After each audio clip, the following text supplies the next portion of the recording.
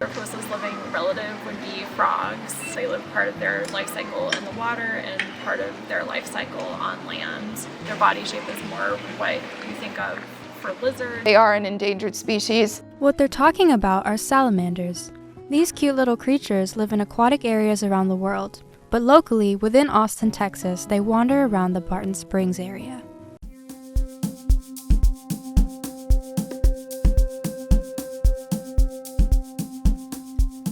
This is Barton Springs, located in Austin, Texas, and home to the Barton Springs salamander.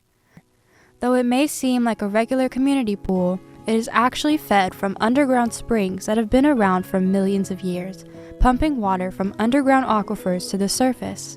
It's created a habitat and community for over 50 species of plants and animals. The salamanders grew up in the springs, and I'm not talking about the little 18 years we humans spend maturing into adults. No. These salamanders have been evolving for millions of years. The springs grew with them. Recently, with the growth of Austin, these springs and the organisms living in it have started to suffer. The Barton Springs salamander is now considered an endangered species within Texas, and their numbers continue to dwindle, leaving only 300 surviving today. So how did this happen? Hi, I'm Donnell Robinson and I work for U.S. Fish and Wildlife Service. Fish and Wildlife looks at 5 different threats to species. So one of them is the destruction or curtailment of habitat. That is the primary reason that the Barton Springs salamander was listed. So if the water quality is bad or if there's not enough water for them to exist in the habitat, those would also be things that are considered destruction of habitat. Other things we look at is overutilization. Disease and predation is another thing that we look at.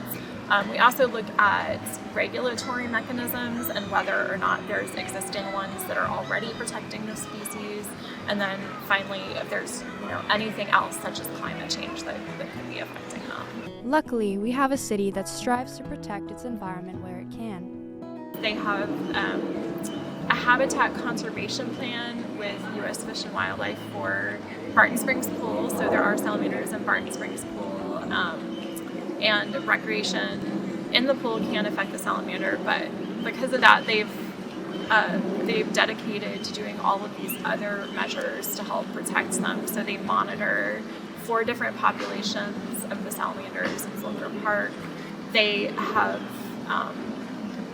have prevented recreation at 2 of the springs, at Eliza Spring and in Sunken Gardens, so that those areas are specifically for the salamander. They also have a captive breeding program, so that way if there was a spill or something that causes a population to be lost, they could actually reintroduce them after that spill.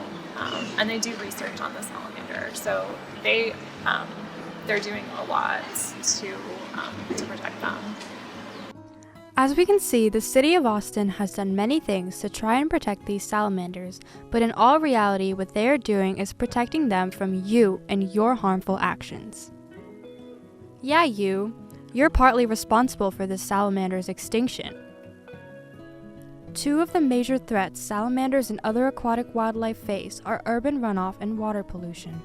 My name is Charlene Mitchell. I am a high school teacher at Hendrickson High School in Pflugerville, Texas. Urban runoff is the type of runoff that we see in urbanized areas such as Pflugerville, Texas. What constitutes urban runoff is various things, for example, fertilizers that people use to treat their yards, chalk on the pavement that a kid uses. All of those constitute as urban runoff, and what we see happen is that naturally with rainfall or precipitation, those pollutants enter into our waterways. Those waterways either directly connect to a water treatment facility or it'll go into that community's watershed. Are we going to completely stop species from ever being endangered? Probably not. Can we lower the frequency at which species are going from endangered to extinct? Yeah. But those would be monumental changes that as a globe, not even doing it as a country wouldn't be enough. As a globe, we would need to make changes to protect these animals.